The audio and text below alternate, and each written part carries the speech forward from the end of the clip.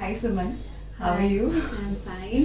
सो आपके टाइम पे like female education इतना कॉमन नहीं था. Like there was a stereotype कि बंदों को पढ़ाओ और फिर बंदों को घर का काम सिखा के उनकी शादी कर लो. तो आपने वो स्टीरियोटाइप कैसे ब्रेक करा? एक्चुअली ये सारा क्रेडिट मम्मी को जाता है। लाइक मम्मी का हमेशा से रहता था कि हम दोनों ब्रदर सिस्टर खूब पढ़े हैं, we stand in our own feet. Like को ये लगता था कि एडुकेशन ऐसा चीज है ना, वो सबसे बड़ा धन है, वो चोरी नहीं हो सकता। बाकी चीज तो अपनी कैश आज है कल नहीं है, पर आप अगर एडुकेटेड हो गए तो आप अपना पेट पाल सकते हो। अगर आप कभी भी कोई भी प्रॉब्लम में होगे तो एडुकेशन विल हेल्प यू। जैसे आपकी शादी जल्दी हो गई थी, like after 12 only you got married, Yeah. But आपने अपने शादी के बाद भी अपना एजुकेशन कंप्लीट किया, लाइक ग्रेजुएशन कंप्लीट किया.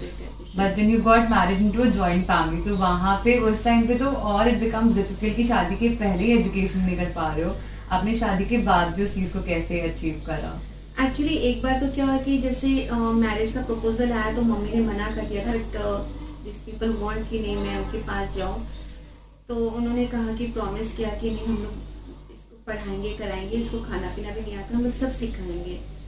तो मेरे इन लॉज लोग का भी बहुत बड़ा सपोर्ट है। तो इन हाउ मैंने क्लास 12 फाइनल आफ्टर शादी स्मूथली कर लिया, मेरे को इतनी प्रॉब्लम नहीं आई। मेरे हस्बैंड ने भी बहुत हेल्प किया कि तुम्हारा एग्जाम है, कोई बात नहीं, तुम पहले पढ़ाई पे फोकस करो। उसके बाद 12th के बाद जब मेरे को फर्स्ट ईयर में उन लोग ने एडमिशन करवा दिया, पर मैंने ग्रेजुएशन किया है, मैंने एग्जाम दिया, मतलब आई डिड गुड ऑल्सो, पर जो मेरा अंदर का सेटिस्फेक्शन था वो नहीं हो पाया। बिकॉज उसके लिए you have to work hard, पढ़ाई भी करनी पड़ती है, आपको कॉलेज भी जाना पड़ता है, सब कुछ करना पड़ता है, विच आई कुडंट डू इट।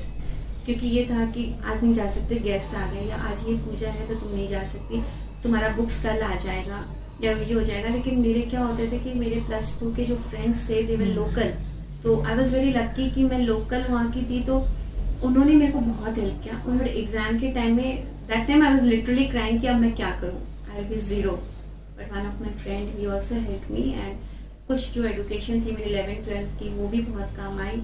और मेरे को जब पता चला कि मैं नहीं पढ़ पाई, मेरी बुक्स नहीं है, we didn't have phone also that time, लेकिन क्या हो गया कि कहीं ना कहीं से कुछ पता करके मैं अपने आप को प्रिपेयर कर रही थी कि मेरे को यहाँ ग्रेजुएशन करना है।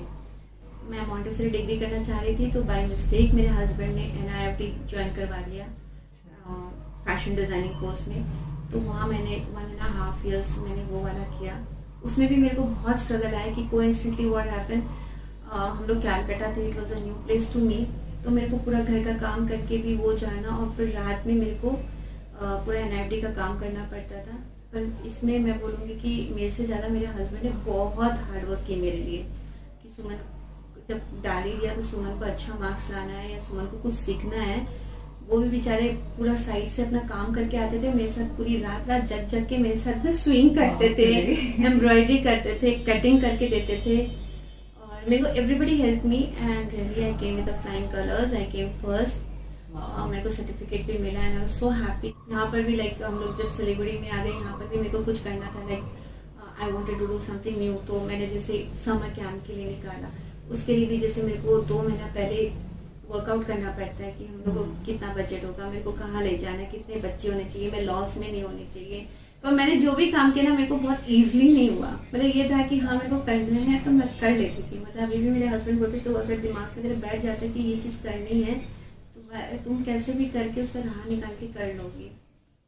अमेजिंग. आपने यहाँ पे अपार्टमेंट में आपने डांस क्लासेस, म्यूजिक क्लासेस भी शुरू करे.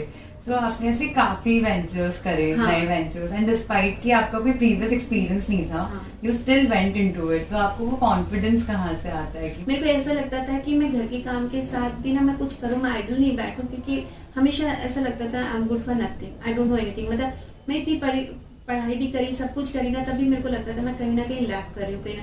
मेरा हमेशा एक एम था कि मैं आगे जाके ना खूब बड़ी बनूं और एक दिन मैं कहीं स्टेज पे आके ट्रॉफी या कुछ मेरा नाम हो कि हाँ सुमन अग्रवाल बोल के, वो एक ड्रीम मेरा अभी भी घूमता रहता है। रात को भी ये लगता है कि एक दिन आएगा कि मैं बहुत बड़ी स्टेज में खड़ी होंगी।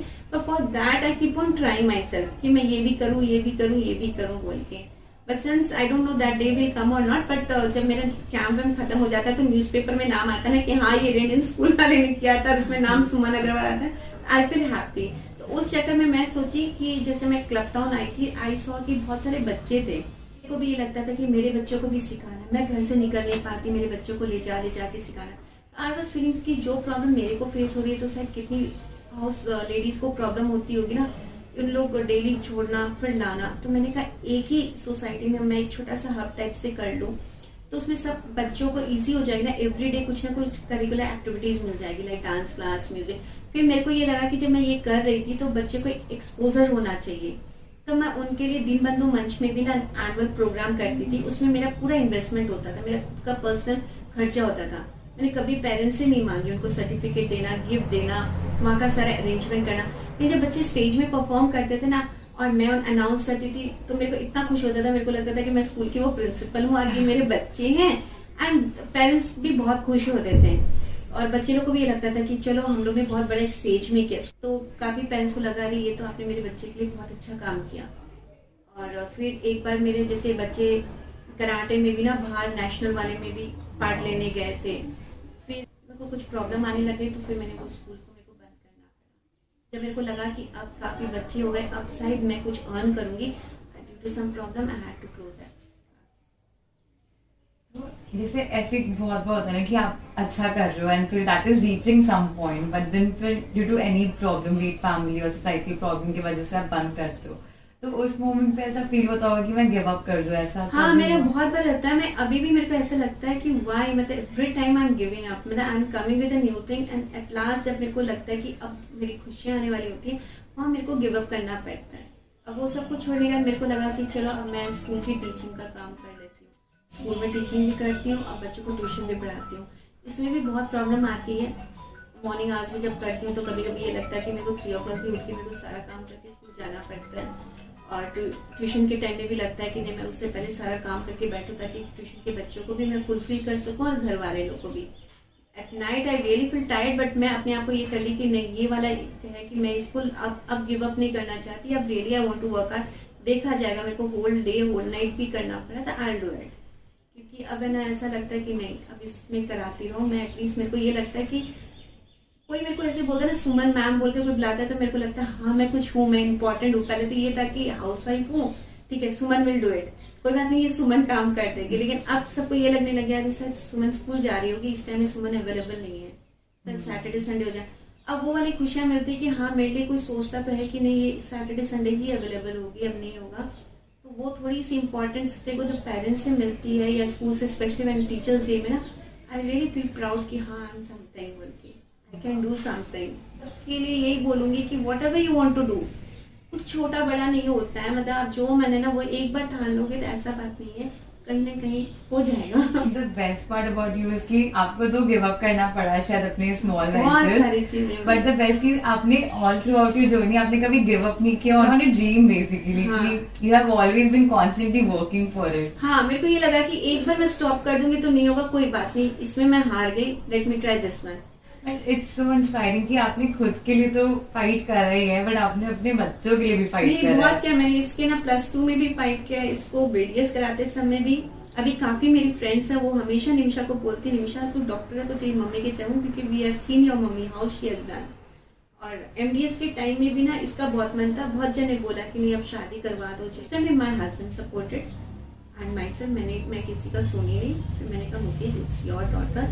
जब हम लोग इतना ही पार कर दिए और 3 साल और से देखा जाएगा, चाहे ज्यादा शादी तो नहीं कर पाएंगे, कोई बात नहीं, बेटी अपने पैर पे तो खड़ी है ना, it's not important for that. Great कि मतलब होता है ना कि वुमेन को वो एम्पावर करना कि वो अपने पैरों पे खड़ी है एंड शादी is not the only thing in her life. वो खुद रियलाइज करना भी, अपने बच्चों को भी रियलाइज कराना ये बहुत अच्छा है, क्योंकि बच्चों को अपने लोग शादी बोल देते हैं जब वो प्रिपेयर ही नहीं है। Like I was not prepared, I didn't know what is marriage in our time. ऐसा कुछ जो आप बाकी लोगों से शेयर करना चाहते हो like on their journey, because वो होता है ना कि एक वो फर्स्ट स्टेप नहीं ले पाते, लाइक एक वो हेजिटेशन होता है कि क्या करूं अगर ये फेल हो गए तो what do you want to say? Fail का तो है, देखो आपको लगेगा, क्योंकि अभी भी मेरे को अभी तक भी लगता है कि tomorrow I think I will fail, लेकिन वो फेल को ना आप सारा टाइम करोगे तो वाकई में फेल हो जाए। बट आपको ये करना पड़ेगा, नहीं I can do it, I can do it, मतलब ये चल के ना एक बार स्ट्रॉन्ग हार्ट करके पढ़ना पड़ेगा, लेकिन सामने वाले को आप हर्ट करके आप आगे मत बढ़ो।